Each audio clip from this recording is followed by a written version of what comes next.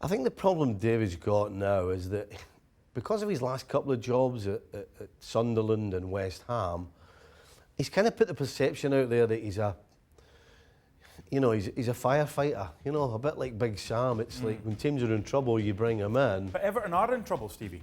So is he that type of guy? Well, I think Evertonians are not looking for a firefighter. Evertonians are looking for a manager to come in and, yes, stop the rot, but then build. If it was that simple, then they would go back and get Sam Allardyce. I mean, they couldn't wait to get Sam in to save them from relegation the last time, and they couldn't wait to get him out to try and get up the table. So is this the same sort of thing that would happen if Moyes came in? It's a difficult one right now because as an Everton fan, you want your team to play attractive, good football. In your era, they were one of the main challengers. But is there not an element of having to be realistic right now? You need someone to get you out before you then get someone to get you up. The problem is, as a fan, when you see your club spending over 400 million over a period of time, you expect a certain level. And so when your expectations have been risen to a certain level and then that doesn't materialise, then you're going to be unhappy. You're going to ask questions.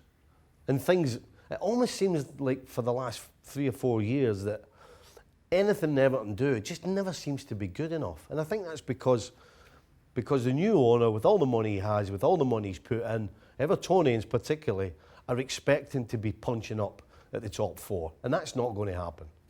Is there a concern that managers who were good, and he had a decent enough record at Everton, we saw his record, but has football changed now?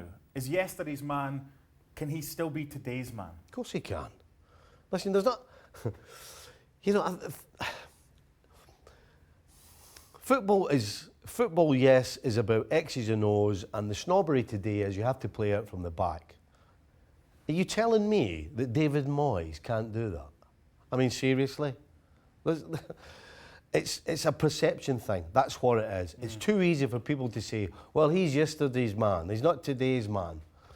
I mean, you got Pellegrini at West Ham, who's 72 years old. I don't see anybody saying he's a yesterday's man. The guy's been coaching for 40 years, more longer than Moyes. So this whole snobbery annoys me, actually. And unfortunately, I think Moyes is kind of fallen into, well, he's fallen on the wrong side of the snobbery, in my opinion. And finally, the owner who's going to make this decision has got a problem because there's not one guy who's going to get everyone back on side. There's been graffiti about David Moyes coming back because there's a section that don't want him. Mm-hmm. So how do you go about trying to appease the majority of your fan base? Who is the guy? Don't care. The owner shouldn't care right now.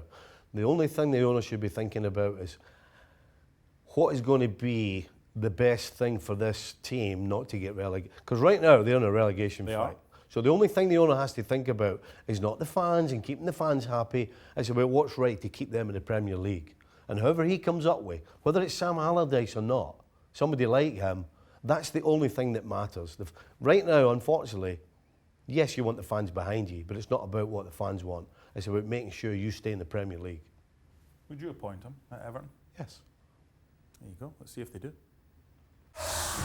Thanks so much for watching ESPN on YouTube. And for more sports highlights and analysis, be sure to download the ESPN app. And for premium content and live streaming, subscribe to ESPN Plus.